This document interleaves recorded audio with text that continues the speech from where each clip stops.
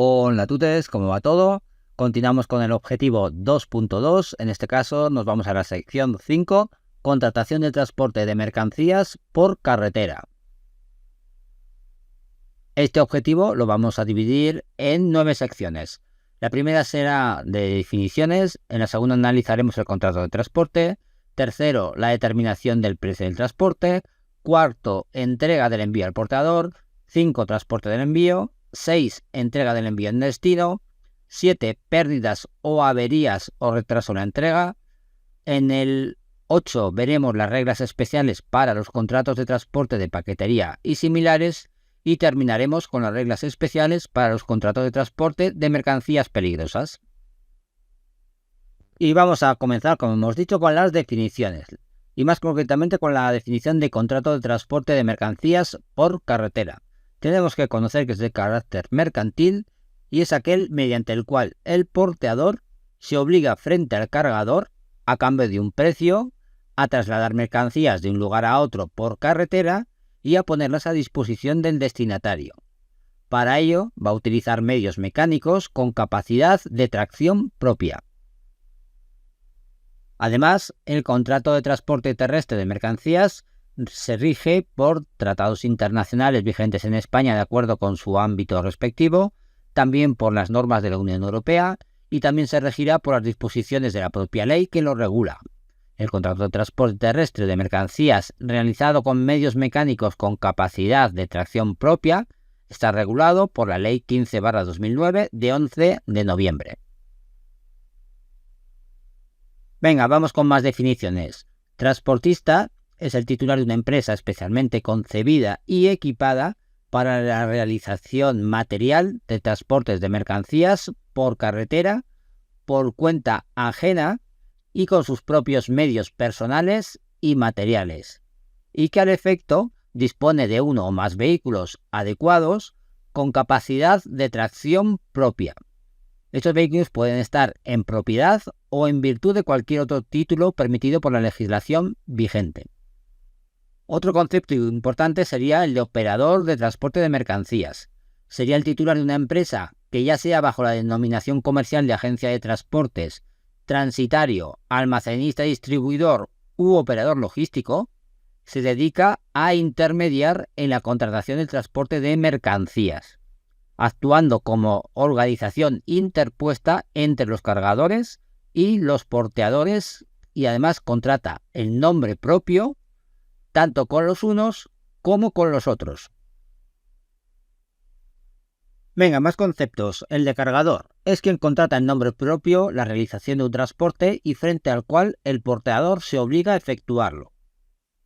Cuando la realización del transporte fuera requerida al porteador por el personal de una empresa en el ejercicio de las funciones que ésta tenga atribuidas, se presumirá, salvo prueba en contrario, que contrata en nombre de dicha empresa, correspondiendo por consiguiente a esta la posición de cargador del contrato. El porteador es quien asume la obligación de realizar el transporte en nombre propio, con independencia de que lo ejecute por sus propios medios o contrate su realización con otros sujetos. El destinatario sería la persona a quien el porteador ha de entregar las mercancías en el lugar de destino. Podrá ser destinatario de las mercancías el propio cargador o una persona distinta. Siguiente concepto, expedidor. Es el tercero que por cuenta del cargador hace entrega de las mercancías al transportista en el lugar de recepción de la mercancía. Venga, los dos últimos conceptos serían el de envío y bulto. Envío es la cantidad de mercancía, embalajes y soporte de la carga, incluidos, que un cargador entrega simultáneamente a un porteador para su transporte y entrega a un único destinatario, desde un único lugar de carga a un único lugar de destino. Si bien un solo contrato podrá contener por objeto el transporte de múltiples envíos de un mismo cargador. Y por último hemos dicho que tenemos el concepto de bulto. Es cada unidad material de carga diferenciada que forman las mercancías objeto de transporte, con independencia de su volumen, dimensiones y contenido. Además, cuando las mercancías que integran el bulto estén embaladas, se considera que el embalaje forma parte integrante del bulto. Pues venga, vamos con el punto 2, el contrato de transporte. Solo pueden contratar el transporte en nombre propio los empresarios transportistas, las cooperativas de trabajo asociado dedicadas al transporte, también las cooperativas de transportistas y sociedades de comercialización de transportes, los operadores y agencias de transporte, los transitarios, los almacenistas distribuidores, los operadores logísticos y cualquier otra persona que contrate habitualmente transportes o intermedie habitualmente en su contratación. Vamos con los tipos de contrato, que puede ser continuado o multimodal.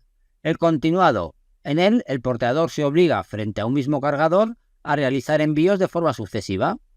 El número, frecuencia, características y destino de los envíos pueden determinarse en el momento de contratar o antes de su inicio. Además, el contrato se extingue por finalización del plazo de duración, salvo prórroga o renovación. Si no se determina un plazo de duración, se entiende que es por tiempo indefinido y se extingue por decisión de una de las partes, que deberá avisar con un plazo mínimo de 30 días naturales. Sin embargo, el contrato multimodal es el contrato de transporte celebrado por el cargador y el porteador para trasladar mercancías por más de un medio o modo de transporte, siendo uno de ellos terrestre, además con independencia del número de porteadores que intervengan en su ejecución. Por último, el contrato se rige por la normativa propia de cada modo, como si el porteador y el cargador celebraran un contrato de transporte diferente por cada fase del proyecto. El punto 2.2 va a hablar sobre la documentación del contrato y la carta de porte. Definición: se denomina carta de porte al documento en que se hagan constar todas o una parte de las condiciones de la realización del transporte contratado, que habrá de sujetarse a los dispuestos en la Ley de Contrato de Transportes Terrestres de Mercancías y en estas condiciones generales de contratación. Además, cuando el contrato comprenda el transporte de diversos envíos, se podrá exigir la emisión de una carta de porte para cada envío. Y por último, cuando el envío se distribuya en varios vehículos, el porteador o el cargador podrán exigir la emisión de una carta de porte por cada vehículo. Vamos a ver los casos en los que se puede exigir una carta de porte. Esta carta o este documento no es obligatorio. La ausencia o irregularidad de la carta de porte no producirá la inexistencia o la nulidad del contrato. No obstante, cualquiera de las partes del contrato podrá exigir a la otra que se extienda una carta de porte. Cuando la parte contratante requerida formalizar la carta de porte se negase a ello, la otra podrá considerarla desistida del contrato.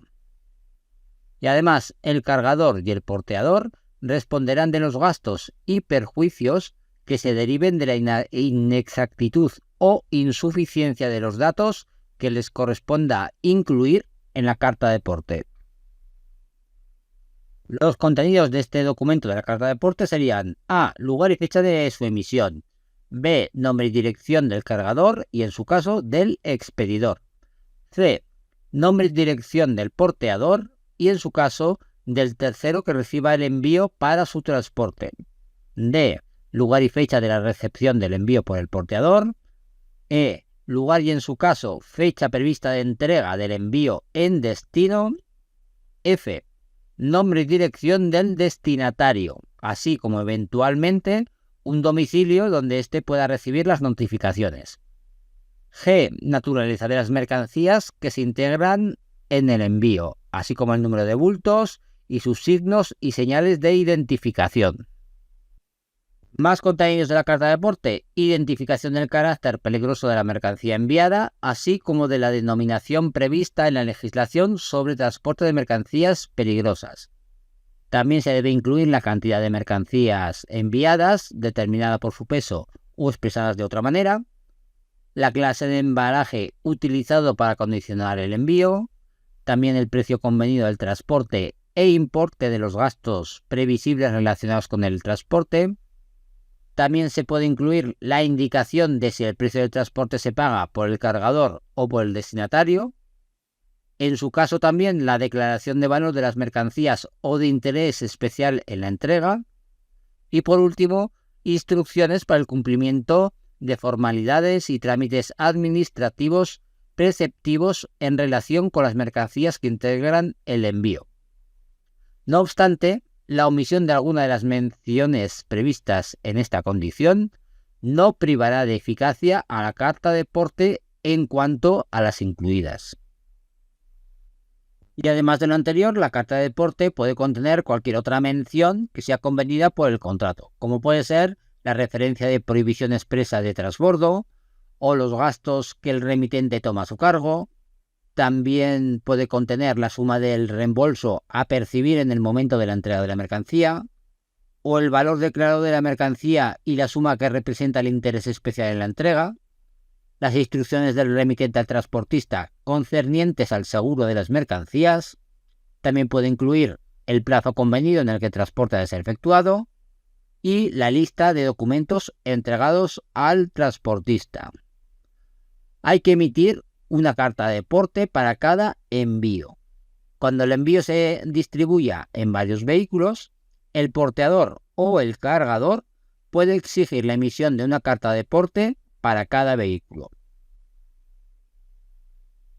En cuanto a la emisión y número de ejemplares de la carta de porte, se emitirán 3 ejemplares originales que firmarán el cargador y el porteador.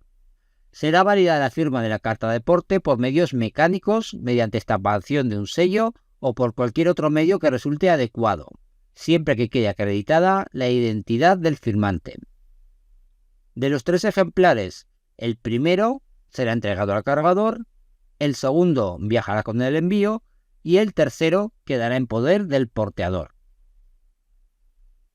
Terminamos este punto con la exención del documento de control, como puede ser la carta de porte, albarán, etc.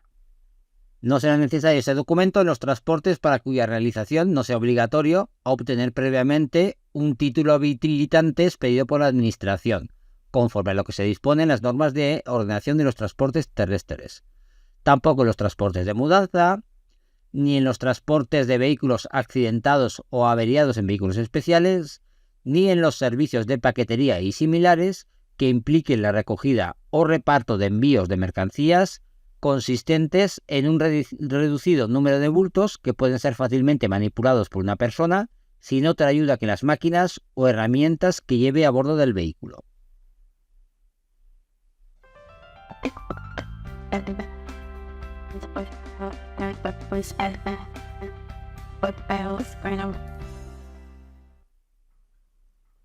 Hola, muy buenos días. Para hoy traemos lo que es la carta de porte. ¿Qué es la carta de porte? Bien, es un documento que tiene que ir junto con la mercancía en un vehículo de transporte terrestre. ¿Por qué digo transporte terrestre? Porque si fuera marítimo o aéreo, se suele denominar conocimiento de embarque. En este caso, como no hay embarques, es transporte terrestre, pues se denomina como carta de porte. Bien, como siempre venimos aquí a esta página modelo-carta.com para buscar la carta de porte. Escribimos en el buscador simplemente porte y ya nos aparece. Y bueno, pues aquí recoge la información de un poquito, pues, qué es la carta de porte, para qué sirve y explica un poquito la diferencia entre carta de porte y el conocimiento de embarque. Bien, ¿qué vamos a destacar aquí? Yo, a modo de resumen, lo que me gustaría explicar es un poquito las funciones que hace este tipo de carta, que como podemos ver aquí, pues sirve como recibo de entrega, como contrato de transporte entre ambas partes, como factura, como moneda de cambio cuando la mercancía puede ser vendida y como prueba de titularidad de la carga. Bien, si bien es cierto, todo esto es la validez que tiene la carta de porte, pero no significa que sea el único documento válido para esto. que si perdemos la carta pues vamos a meternos en un lío. No. Cuando una empresa transportista y una empresa de mercancías envía algo, ya formalizan un contrato antes de enviarlo. Lo que pasa es que una vez que esté la carga dentro del vehículo y esté transportándose, pues es necesario que exista esta carta de porte, aunque cada vez es menos requerida, ya que casi todo se hace a través de internet y bueno. Pero lo dicho, aunque se pierda o aunque este papel se extravíe, pues esto no invalida el contrato que ya existe entre ambas empresas. Bien, ¿qué debe contener la carta de porte? Pues bueno, aquí vemos una serie de datos que es importante que contengan. Por ejemplo, la empresa que lo carga, la empresa que solicita la carga, el transportista, el embalaje, la matrícula del vehículo, el lugar exacto, el origen y destino de la carga, la fecha de transporte, que también sería luego conveniente poner la fecha de recepción cuando llega a destino, el número de orden, el valor de la carga y también, importantísimo, la descripción de la carga en peso, tipo, dimensiones, precio. Y en algunas ocasiones creo que se ha sugerido cómo se debe actuar si, en caso de accidente, esa carga cae, ¿no? Se cae de su embalaje, ¿no? Porque en función del tipo de carga, pues igual no se puede tocar con las manos, no se puede respirar, pues bueno, esos datos son importantes que aparezcan en la carta de porte. Bien, pues aquí por último vemos un ejemplo de una carta de porte en blanco y vemos que aquí pues vienen los datos que hemos comentado. El remitente, el agente, el lugar, el país, el destino final, el conductor con sus placas. Por aquí se podría poner el valor de la carga, la descripción, marcas, números, peso, pues todo esto, ¿no? Si está pagado, los fletes, las fechas y luego pues habría que firmar, que se puede firmar con rúbrica a mano o lo que se viene haciendo últimamente, que es mucho más cómodo, que es poner un sello que también tiene la misma validad. Y pues eso sería todo sobre la carta de porte. Vamos a tratar en el punto 3 el precio del transporte. El precio del transporte y el de otros complementarios incluidos en el contrato se determinará en este de forma diferenciada, teniendo en cuenta las circunstancias y características particulares de cada uno de dichos servicios. Además, cuando nada se haya pactado, el precio será el que resulte usual para el tipo de servicio de que se trata en la plaza y momento en que el portador haya de recibir el envío. Además, no se presumirá la gratuidad de aquellas actuaciones preparatorias o complementarias del transporte cuya ejecución se incluya en el contrato. También se presumirá que el referido precio usual coincide con los costes medios que atribuya al tipo de transporte de que se trate el Observatorio de Costes que en su caso haya hecho público el Ministerio de Fomento. Y por último, cuando el porteador tenga publicitados unos determinados precios, serán estos los que se apliquen, salvo pacto expreso en otro sentido.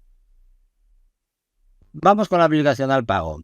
Cuando nada se haya pactado expresamente, se entenderá que la obligación del pago del precio del transporte y demás gastos corresponden al cargador. Sin embargo, cuando se haya pactado el pago del precio del transporte y los gastos por el destinatario, éste asumirá dicha obligación al aceptar el envío.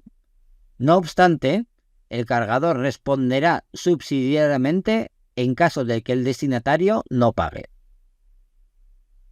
Vamos con el depósito y enajenación por impago. Salvo que se haya pactado expresamente un aplazamiento del pago, si el obligado a ello se niega a pagar el precio u otros gastos ocasionados por el transporte cuando el envío llega a su destino, el porteador podrá negarse a entregarlo al destinatario, a no ser que se le garantice dicho pago mediante caución suficiente. Además, cuando el porteador retenga el envío, deberá solicitar al órgano judicial o a la Junta Arbitral de Transporte competente el depósito de aquellas y la enajenación forzosa de las mercancías para cubrir el precio del transporte y los gastos causados, en el plazo máximo de 10 días desde que se produjo el impago.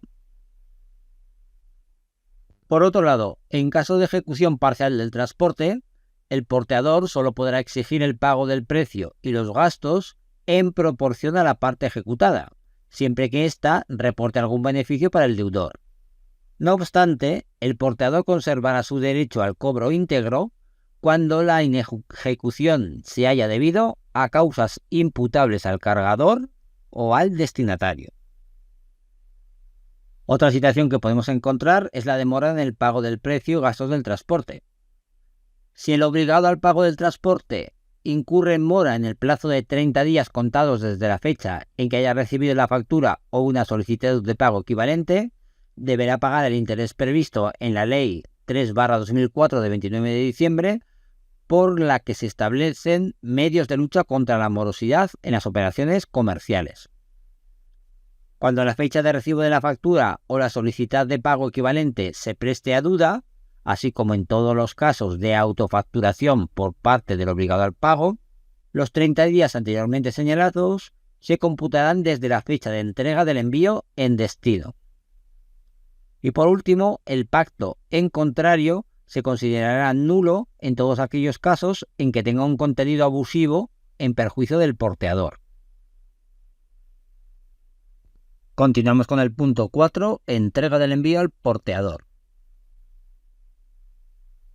En cuanto a la idoneidad del vehículo, el porteador debe utilizar un vehículo que sea adecuado para el tipo y circunstancias del transporte que deba realizar, así como para el acceso y circulación por los lugares en que deba realizarse la carga y descarga, de acuerdo con la información que le haya suministrado el cargador. Además, cuando la realización del transporte hubiese sido contratada por un operador del transporte, éste responderá frente a su cargador de la adecuación de los medios materiales aportados por los transportistas con los que contrate, sin perjuicio además de las acciones que a su vez le correspondan frente a estos como cargador en nombre propio.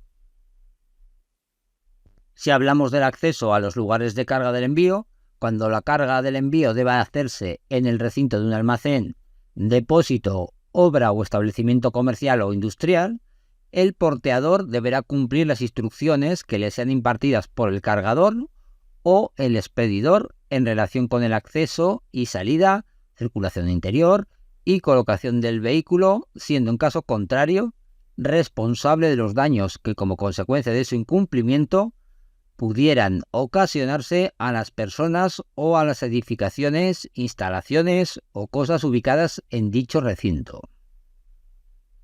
En cuanto a la puesta a disposición del vehículo para su carga, el porteador deberá poner el vehículo a disposición del cargador en el lugar y tiempo pactados. Si nada se pacta respecto a la hora, el porteador cumplirá su obligación poniendo el vehículo a disposición del cargador antes de las 18 horas del día señalado. Además, siempre que el porteador incumpla el plazo pactado o en defecto de pacto expreso sobrepase la hora indicada en el párrafo anterior, el cargador podrá desistir de la expedición de que se trate y buscar inmediatamente otro porteador. Y cuando el cargador haya sufrido perjuicios como consecuencia de la demora y ésta fuera imputable al porteador, podrá exigir la indemnización que proceda. Vamos con la entrega efectiva del vehículo. En estos casos, cuando el porteador hubiera puesto el vehículo a disposición para su carga en los términos previstos, el cargador deberá entregarle el envío para su transporte. En caso de incumplimiento, el cargador podrá optar entre indemnizarle en cuantía equivalente al precio del transporte previsto u ofrecerle la realización de un transporte de similares características cuyo envío se encuentre inmediatamente disponible. Además, si el cargador solo entrega al porteador una parte de las mercancías, deberá, sin perjuicio del pago del precio del transporte de esa parte, abonarle una indemnización igual al precio del transporte de las mercancías no entregadas, o bien ofrecerle la inmediata realización de otro transporte de similares características al inicialmente previsto. En cuanto a la exigencia de carta de porte, El porteador podrá exigir al cargador, antes de hacerse cargo del envío, que se extienda una carta de porte. Esta carta dará fe de la recepción del envío por el porteador. La negativa injustificada del cargador a expedir la citada carga de porte una vez que el porteador ha puesto a disposición el vehículo para su carga, se equipara a la falta de entrega del envío para su transporte. En consecuencia, el porteador podrá negarse a realizar el transporte sin incurrir en responsabilidad alguna y exigir, además, una indemnización equivalente al precio del transporte fallido. Además, el cargador podrá exigir, antes de hacer la entrega del envío al porteador, que se expida la carta de porte. Si el porteador se niega a ello injustificadamente, el cargador también podrá proceder inmediatamente a contratar con otro porteador, pudiendo en su caso exigir la indemnización que proceda. Hablamos a continuación del acondicionamiento e identificación de las mercancías. Salvo que se haya pactado otra cosa, el cargador deberá acondicionar las mercancías para su transporte. Los bultos que componen cada envío deberán estar claramente identificados y señalizados mediante los correspondientes signos, coincidiendo con la descripción de los mismos contenida en la carta de porte.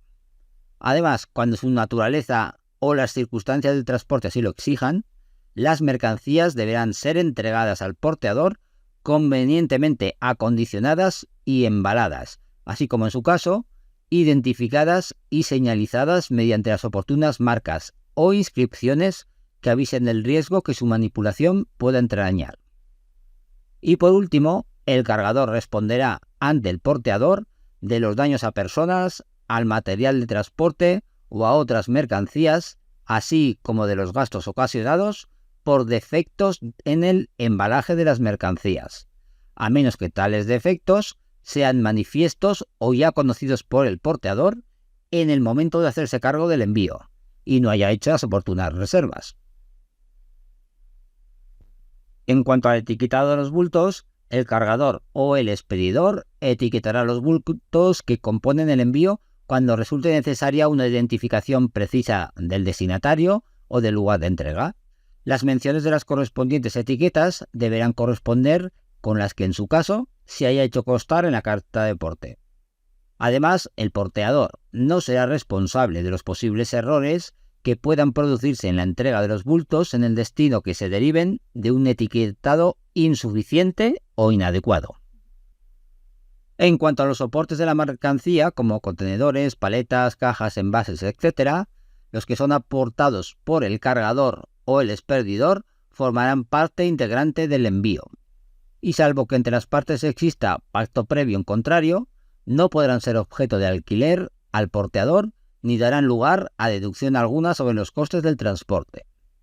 En este sentido, el transporte de retorno de los mencionados soportes vacíos constituirá objeto de un envío de transporte distinto. Cuando el transporte de este envío de retorno de los soportes de la mercancía no se hubiera pactado expresamente antes de presentarse el vehículo en destino, no podrá ser exigido al porteador. Y por último, el cargador solo podrá condicionar la entrega de nuevos envíos de mercancías previamente contratados a la aceptación por parte del porteador de la inclusión en estos de los soportes de la carga de anteriores envíos si así se hubiere pactado anteriormente y expresamente. Hablamos ahora de algunas cuestiones relativas a la documentación del envío. En este sentido, el cargador deberá adjuntar a la carta de porte o poner a disposición del porteador la documentación relativa a la mercancía que sea necesaria para la realización del transporte y de todos aquellos trámites que el porteador haya de efectuar antes de proceder a la entrega en el punto de destino. A estos efectos, deberá suministrar la información necesaria sobre la mercancía y los indicados trámites. Por otro lado, el porteador no está obligado a verificar si estos documentos o informaciones son exactos o suficientes.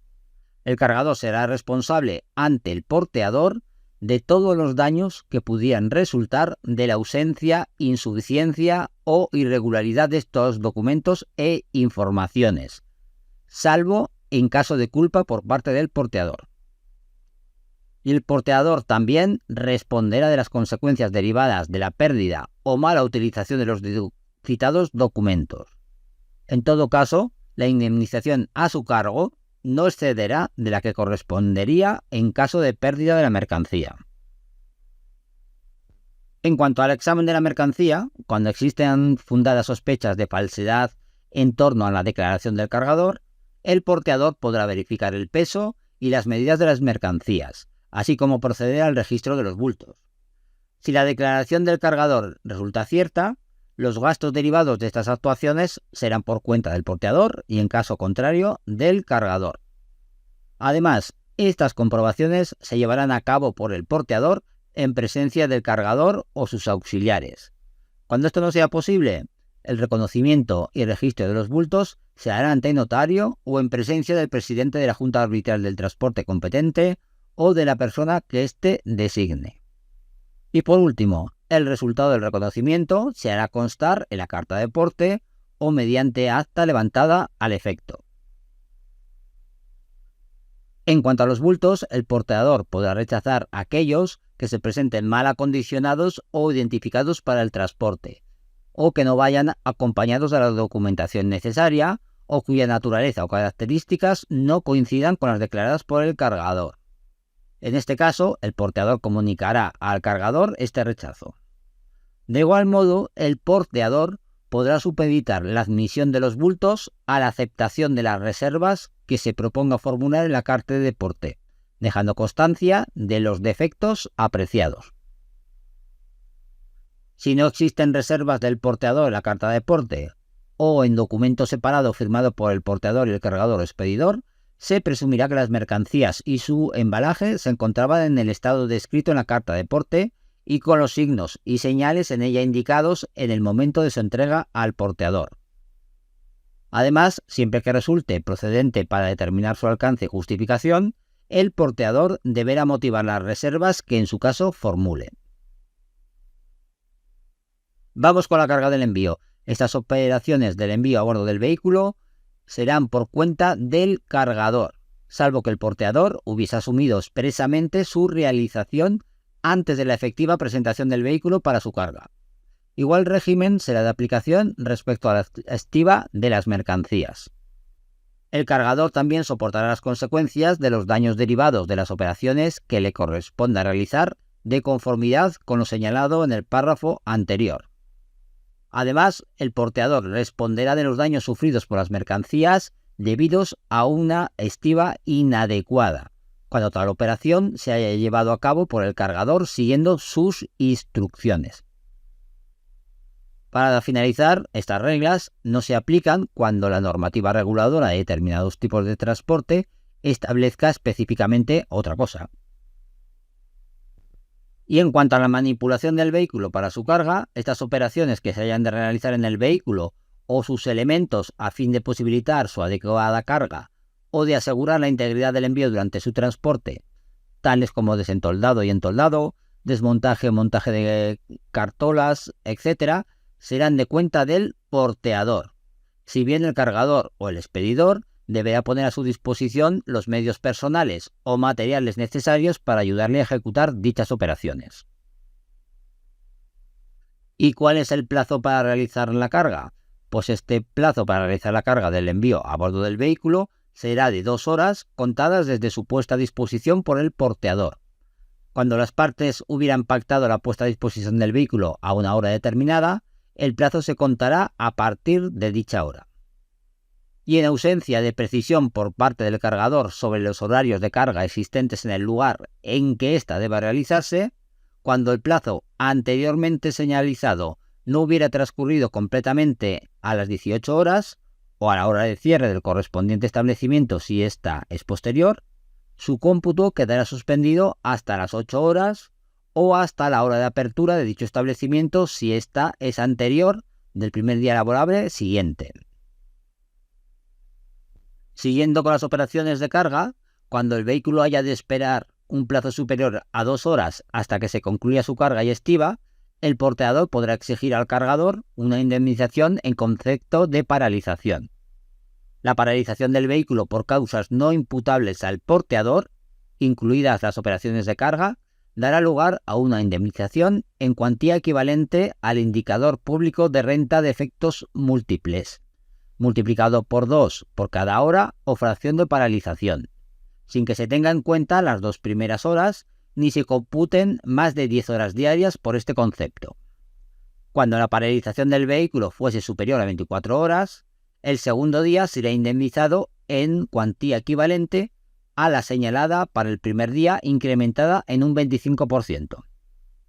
Y cuando la paralización del vehículo fuese superior a 2 días, el tercer día y siguiente serán indemnizados en cuantía equivalente a la señalada para el primer día, incrementada en un 50%.